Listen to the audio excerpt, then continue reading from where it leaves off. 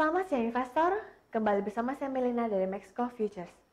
Pada kesempatan kali ini kita akan membahas berita apa saja yang mempengaruhi pasar saham dan juga komoditas minyak.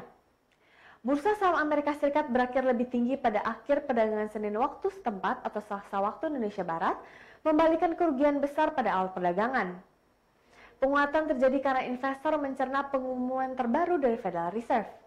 Selasa 16 Juni 2020, indeks Dow Jones Industrial Average melonjak 157,62 poin atau 0,62% menjadi 25.763,16. Sedangkan S&P 500 meningkat sebanyak 25,28 poin atau 0,83% menjadi 3.066,59.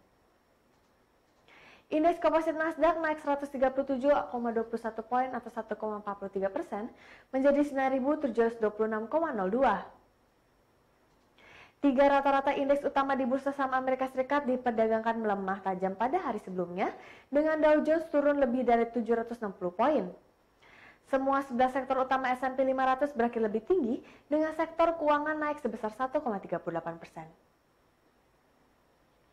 Pergerakan ini terjadi ketika Bank Sentral Amerika Serikat meluncurkan langkah lebih lanjut untuk mendukung pasar di tengah pandemi COVID-19. The Fed mengumumkan pembaruan untuk fasilitas kredit korporasi pasar sekunder yang akan mulai membeli portofolio obligasi korporasi yang luas dan beragam untuk mendukung likuiditas pasar dan ketersediaan kredit untuk pengusaha besar. Untuk pekan yang berakhir Jumat, Dow Jones turun sebanyak 5,6%, S&P 500 tergelincir sebanyak 4,8%, dan Nasdaq melemah sebanyak 2,3%.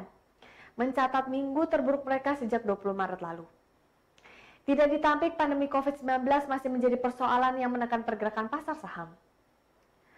Sebelumnya, The Fed mengatakan langkah-langkah yang diambil untuk melindungi kesehatan masyarakat dari pandemi COVID-19 telah mendorong penurunan tajam pasar tenaga kerja di Amerika Serikat. Dalam laporan kebijakan moneternya yang disampaikan kepada Kongres, Bank Sentral mengatakan pandemi COVID-19 telah menyebabkan lonjakan kehilangan pekerjaan dengan tingkat pengangguran yang berada di level terendah selama 50 tahun terakhir atau melonjak ke rekor tertinggi pasca perang. The Fed mencatat bahwa tingkat pengangguran melonjak ke tertinggi pasca Perang Dunia Kedua sebesar 14,7% pada April lalu dan kemudian pindah ke tingkat yang lebih rendah. Angka ini masih sangat tinggi dibandingkan bulan Mei sebesar 13,3%. Beralih ke pasar Asia, bursa saham Asia melonjak pada perdagangan Selasa pagi ini, mengekor jejak kenaikan Wall Street semalam. Indeks Nikkei 225 Jepang melonjak 2,86% pada awal perdagangan. Sementara indeks Topix menguat 2,49% dan di Korea Selatan Kospi melonjak sebesar 3,1%. Saham di Australia juga diperdagangkan lebih tinggi dengan S&P 200 naik sebesar 1,28%. Secara keseluruhan, indeks MSCI Asia di luar Jepang diperdagangkan 0,92% lebih tinggi. Pasar akan menantikan pernyataan kebijakan moneter pada hari Selasa nanti dari Bank of Japan. Kemudian beralih ke pasar lokal, indeks harga saham gabungan hari ini berpeluang menguat setelah kemarin turun 1,31% ke level 4.816,34. IHSG diperkirakan akan menguat ditopang oleh sentimen eksternal. Pernyataan Bank Sentral Amerika Serikat yang menyebutkan akan memperluas obligasi termasuk membeli obligasi swasta memberikan sentimen positif pada pergerakan indeks hari ini. Selain memperluas pembelian obligasi, pekan lalu The Fed juga mengumumkan akan mempertahankan suku bunga tetap di 0% sampai dengan tahun 2022. Hal ini menjadi sentimen positif bagi pergerakan emerging market yang berpotensi mengerek IHSG menguat pada hari ini.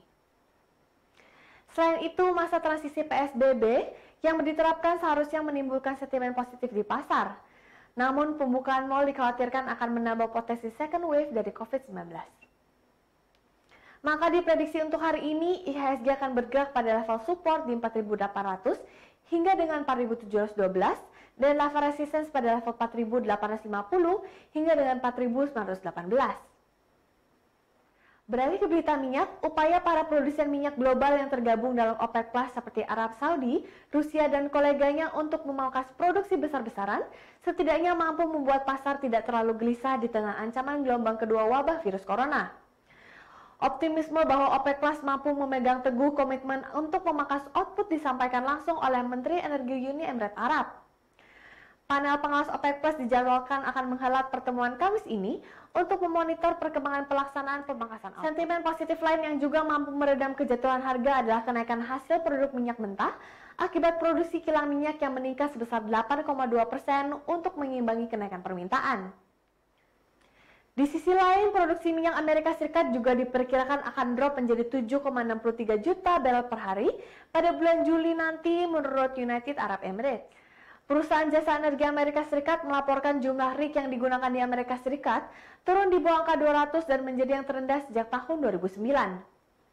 Untuk saat ini, dua kabar positif tersebut mampu membuat harga minyak masih cenderung stabil di dekat level $40 barrel.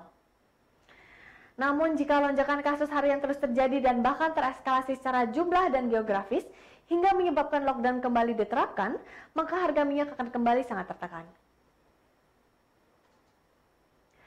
Sekian berita seputar saham dan minyak untuk hari ini. Saya Melina pamit undur diri. Terima kasih dan sampai jumpa lagi.